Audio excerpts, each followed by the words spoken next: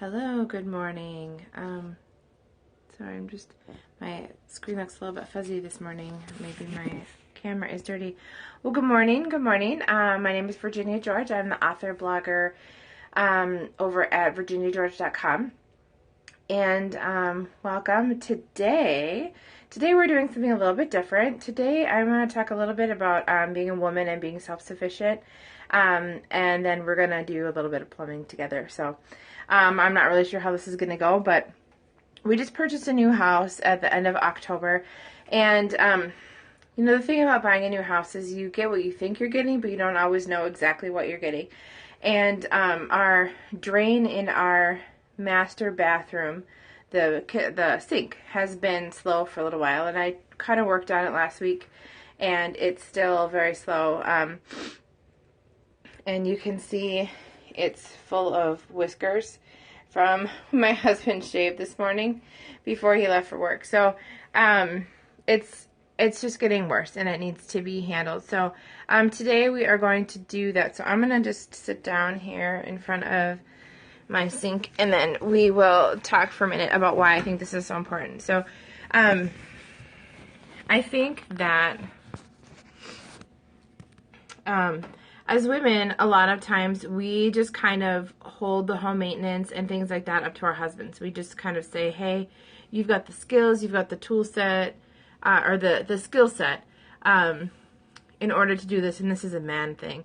And I think the danger in this is that it can make us feel trapped.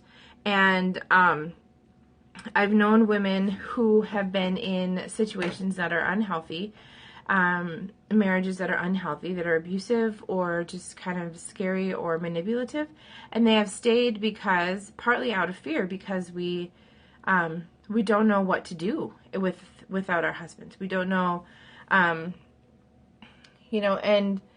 I think that that's just a dangerous place to be. The marriage that I am in has its ups and downs, and it's had a lot of downs over the years, but I'm at a point right now where I know that I'm in this marriage because I choose it, not because I need it. That I figured out that I can do stuff on my own. I don't need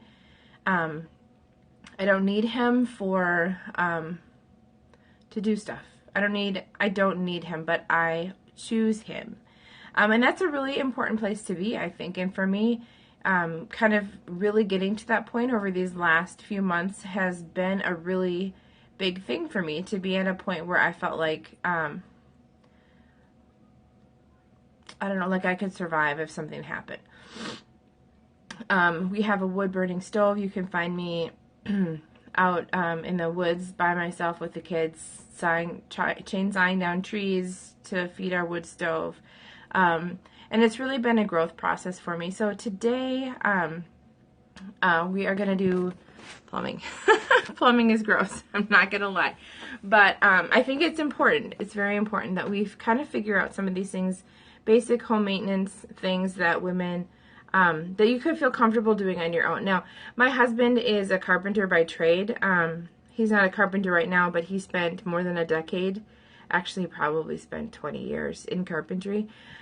So I am not going to go out there, and I'm not going to lie and say that, like, I do lots of stuff, because I still rely on him to do,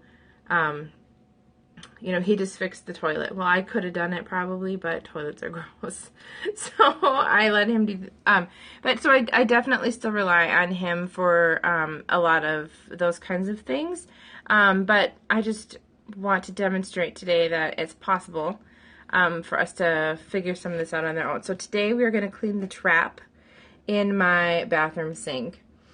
So like I said, when you buy a house, you don't always know what you're getting. You know what you think you're getting. So this is, okay, so we have the sink here. We're underneath. I clean everything out. And this is the trap. So the water comes down here, and then there's this little reservoir here. And it's kind of handy for, like, when you drop stuff down the sink, you know it's going to get caught there.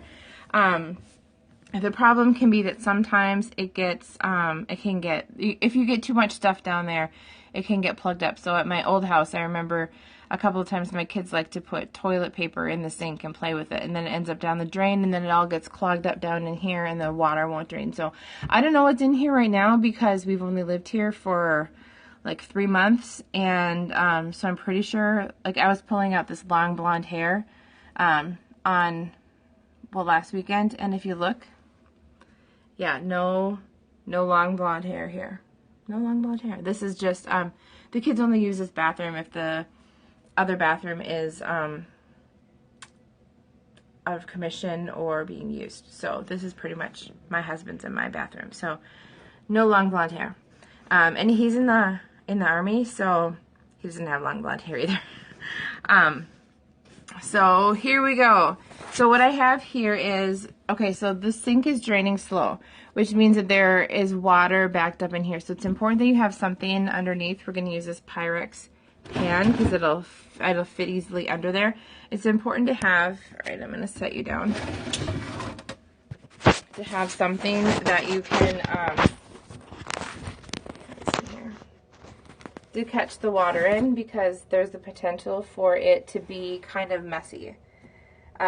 So like this still feels warm down here, so I can tell that there's water in here, but there may not be up here. So we may just have to deal with that. So I have a towel and a washcloth handy. Have them handy.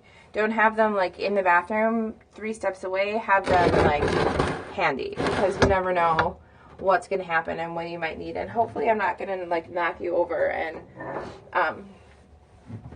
stuff. So the nice thing about the trap is that you don't really need tools, providing that somebody hasn't over tightened these things. Most of the time you can just loosen them, and I should have made sure that they were loose enough for me to, there we go. So we're going to loosen this. So that comes up. And then there's another one on the other side. All right, let me loosen that. And then so you can see the water's leaking out now. And there we have it. So now, ugh, it smells, ew. Well, it doesn't really even look like there's much. You can see it's pretty dirty in there. So now I'll get something and I don't know, scrape. Oh, it smells. I think it's partly our water here smells a little bit weird sometimes. But anyway, I'm going to close that for a minute.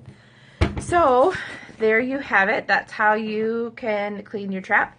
So sometimes there can be stuff stuck in there, and I'll take a rag or a brush of some sort and clean, kind of scrub that thing out and get it clean, and maybe go up the pipe up to the sink again, and make sure that there isn't anything stuck in there. You can also run some water. You make sure you have a big enough reservoir for the amount of water that you're going to run. I guess I can do that real quick for you too. So, well, if only you could smell. So, it smells like a perm. Okay. I gotta get up on my knees to reach. So now you see if I turn the water on, it just comes straight out down there. So,